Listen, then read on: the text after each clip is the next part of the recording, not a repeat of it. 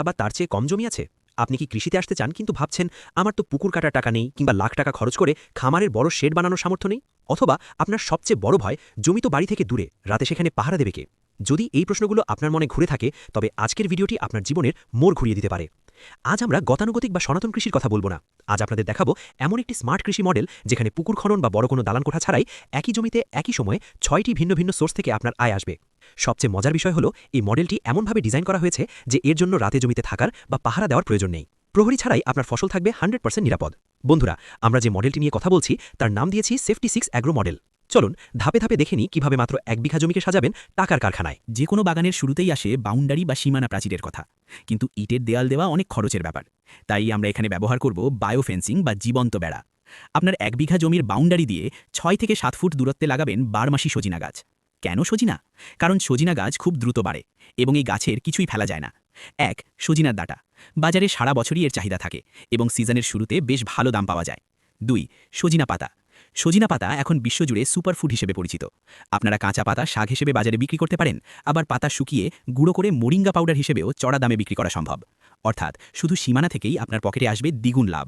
এখন আসছি আসল ম্যাজিকে। সজনা গাছ যখন একটু শক্ত হবে তখন এই গাছের গোড়ায় লাগিয়ে দেবেন চুইঝাল। আপনারা জানেন চুইঝাল বাংলাদেশের খুলনা বাগেরহাট অঞ্চলের বিখ্যাত মশলা, কিন্তু এখন দেশের অনেক জায়গাতেই এর চাষ হচ্ছে। এর বাজার দর সবসময় চড়া থাকে। চুইঝাল লতানো গাছ, এটি সজনা গাছকে আঁকড়ে ধরে উপরে উঠবে। সজনা গাছ যেহেতু হালকা ছায়া দেয় তাই চুইঝাল এখানে খুব ভালো হয়। আলাদা কোনো খুঁটি বা প্যান্ডেল খরচ ছাড়াই বাউন্ডারি থেকে আপনার আসবে এই বাড়তি টাকা। আর নিরাপত্তার জন্য বাউন্ডারির বাইরের দিকটায় সজনা গাছের সাথে হালকা কাঁটাতারের বেড়া দিয়ে দিন, এতে গরু ছাগল ঢুকতে পারবে না। আর চুইঝাল বা সজনা গাছ সাধারণত কেউ চুরি করতে আসে না, তাই রাকে পাহারার টেনশন একদম নেই। বন্ধুরা, বাউন্ডারির কাজ শেষ, এবার আসি জমির মূল অংশে। ১ বিঘা জমির মাঝখানের অংশে আমরা লাগাবো আমাদের প্রধান ক্যাশ ক্রপ, পেয়ারা এবং পেঁপে। আমরা এখানে সারি করে গাছ লাগাবো, এক সারি পেয়ারা, তারপরের সারি পেঁপে। পেয়ারার জন্য থাই পেয়ারা বা গোল্ডেন 8 জাত বেছে নিতে পারেন। পেয়ারা গাছ একবার লাগালে ৩-৪ বছর ফল দেয়, এটি হলো আপনার ফিক্সড ডিপোজিট বা স্থায়ী আয়। আর পেঁপে গাছ হলো আপনার কুইক ক্যাশ। হাইব্রিড জাতের পেঁপে গাছ মাত্র ৫-৬ মাসেই ফল দেওয়া শুরু করে।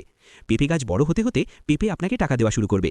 পেঁপে গাছের আয়ু কম, তাই ২ বছর পর পেঁপে গাছ কেটে ফেললে পেয়ারা গাছ পুরো জায়গা পেয়ে যাবে, অর্থাৎ আপনার আয়ের চাকা কখনো থামবে না। বন্ধুরা, একজন স্মার্ট কৃষক কখনো ১ ইঞ্চি মাটিও খালি রাখেন না।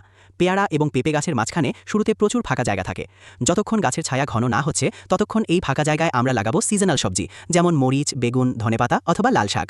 স্থানীয় বাজারে যে সবজির চাহিদা ও দাম ভালো সেটাই লাগাবেন। এই সবজিগুলো বিক্রি করেই আপনার বাগানের সার, সেচ এবং লেবার খরচ উঠে আসবে। অর্থাৎ আপনার পকেটের টাকা খরচ করে বাগান করতে হবে না, বাগান তার নিজের খরচ নিজেই চালাবে। একেই বলে জিরো কস্ট ফার্মিং। এবার আসি সেই বিশেষ অংশটিতে জানিয়ে অনেকের প্রশ্ন থাকে, আর তা হলো কবুতর এবং মৌমাছি। অনেকে ভাবেন কবুতর পালতে হলে বড় শেড লাগে, কিন্তু আমাদের মডেলে আমরা ব্যবহার করব টাওয়ার পদ্ধতি। ঠিক মাঝখানে বা এক কোণায় ২০-২৫ ফুট উঁচু একটি শক্ত সিমেন্ট বা লোহার পিলারের উপর একটি সুন্দর খোপ বা ঘর তৈরি করুন। এত উঁচুতে ঘর তৈরি করার কারণে শিয়াল, বেজি বা চোর সহজে এর নাগাল পাবে না। কবুতর সারাদিন বাইরে উড়ে নিজের খাবার নিজেই সংগ্রহ করবে, আর দিন শেষে আপনার টাওয়ারে এসে আশ্রয় নেবে। আপনি শুধু মাঝে মাঝে খাবার এবং পানি দেবেন। এখান থেকে বাচ্চা বিক্রি করে আপনি বাড়তি আয় করবেন, যা সম্পূর্ণ ঝামেলাহীন। আর বোনাস হিসেবে থাকছে মৌমাছি। বাগানের নিরাপদ কোণায় ২-৩টি মৌমাছির বক্স বসিয়ে দিন। পেয়ালা, সজিনা এবং সবজির ফুলে মৌমাছি পরাগায়ন ঘটাবে। গবেষণায় দেখা গেছে মৌমাছি থাকলে ফসলের উৎপাদন ২০ থেকে ৩০% বেড়ে যায়। সাথে আপনি পাবেন খাঁটি মধু, অর্থাৎ মৌমাছি আপনার বিনা বেতনের কর্মচারী। এখন হয়তো ভাবছেন এত কিছু একা সামলাবো কিভাবে? দেখুন, এই মডেলটি এমনভাবে সাজানো যে এখানে প্রতিদিন হাড়ভাঙা খাটনির প্রয়োজন নেই। সজিনা এবং চুইঝালে যত্ন খুব কম লাগে। পেয়ারা এবং পেঁপেতে সপ্তাহে ২-১ দিন সময় দিলেই চলে। সবজিগুলো সিজনাল, আর কবুতর এবং মৌমাছি প্রাকৃতিকভাবেই বেড়ে ওঠে। সবচেয়ে বড় সুবিধা হলো এখানে মাছের খামারে রাতে অক্সিজেন দেওয়ার টেনশন নেই, বা পোল্ট্রি খামারের মতো ভাইরাসের মহামারীর ভয় নেই। এটি একটি ইকো ফ্রেন্ডলি বা পরিবেশ বান্ধব বাগান।